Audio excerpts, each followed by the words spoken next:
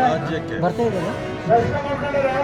ವಿಶೇಷವಾಗಿ ನಮ್ಮ ಜಿಲ್ಲೆಯ ಜಿಲ್ಲಾ ಮಂತ್ರಿಗಳಾದಂಥ ನನ್ನ ಆತ್ಮೀಯ ಸ್ನೇಹಿತ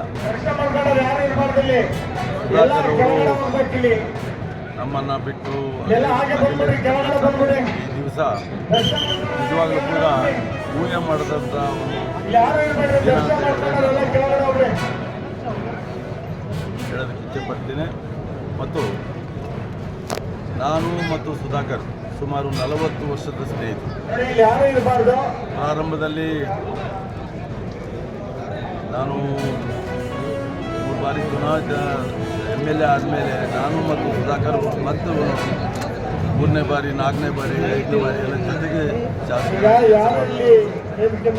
ನಾವೆಲ್ಲರೂ ಒಂದೇ ಪಕ್ಷದಲ್ಲಿ ಇದ್ದವರು ಮತ್ತು ಸುಧಾಕರ್ ಅದ ಕಾರಣ ನಾನು ಆಗಿರ್ಬೋದು. ಆದರೆ ನಮ್ಮ ಸುಧಾಕರ್ 2008ರಲ್ಲಿ ಮಂತ್ರಿಯಾಗಿರ್ತಕ್ಕಂಥದ್ದು ಮತ್ತು ಮೊನ್ನೆ 2023ರಲ್ಲಿ ಮಂತ್ರಿಯಾಗಿ ನಮ್ಮ ಜಿಲ್ಲೆಯ ಬಗ್ಗೆ ವಿಶೇಷವಾದಂಥ ಕಾಳಜಿ ಹೊಂದಿರತಕ್ಕಂಥ ಒಬ್ಬ ಜಿಲ್ಲಾ ಮಂತ್ರಿಯಾಗಿ ಅವರು ಇವತ್ತಾಗಿರ್ತಕ್ಕಂಥದ್ದು ನಮ್ಮ ಜಿಲ್ಲೆಗೆ ವಿಶೇಷವಾಗಿ ಅನುಕೂಲ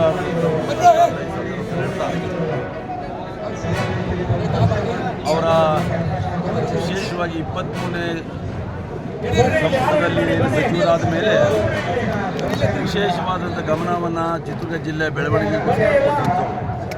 ನಮ್ಮ ಅಪರ ಭದ್ರಾ ವಿಚಾರ ಇರ್ಬೋದು, ಯಾವುದೇ ಥರ ಇರ್ಬೋದು, ಗರುಪುರದ ಕೆರೆಗೆ ನೀರಿನ ವಿಚಾರ ಇರ್ಬೋದು, ಮಗದೊಂದರಲ್ಲಿ ಎಲ್ಲ ತಾಲೂಕುಗಳ ಬಗ್ಗೆ ಸಾಕಷ್ಟು ಅಭಿವೃದ್ಧಿ ಮಾಡಬೇಕಂತ ಒಂದು ಅಭಿಪ್ರಾಯ ಹೊಂದಿರತಕ್ಕಂಥವ್ರು.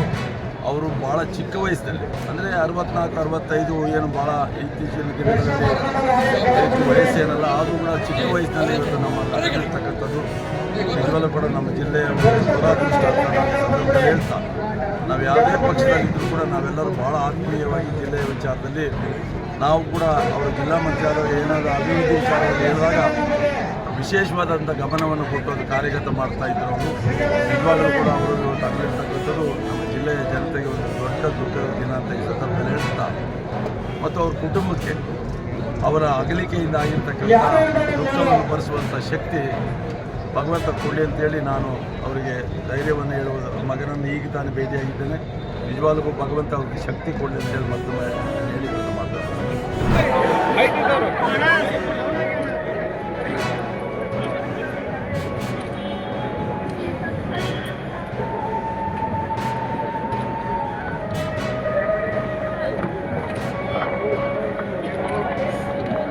ಅಣ್ಣ ತಳ್ಳಿಯಾಡ್ಬೇಡ್ರಿ ಅಣ್ಣ.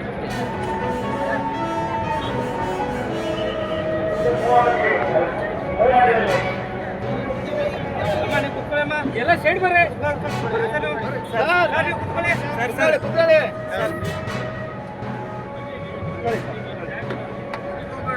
ಏ ಅಣ್ಣ ಸರ್ ಕೂತ್ಕೊಳ್ಳಿ. ಶಿವರಾಜ್ ಬೋಸರಾಜು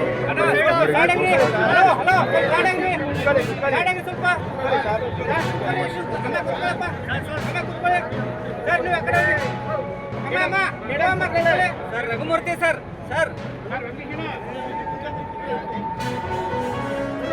ಈ ಕಡೆ ಬರ್ರಿ ಸರ್, ಈ ಕಡೆ ಬರ್ರಿ, ಸ್ವಲ್ಪ ಈ ಕಡೆ ಬರ್ರಿ ಸರ್, ಈ ಕಡೆ ಬರ್ರಿ ಸರ್. Okay okay okay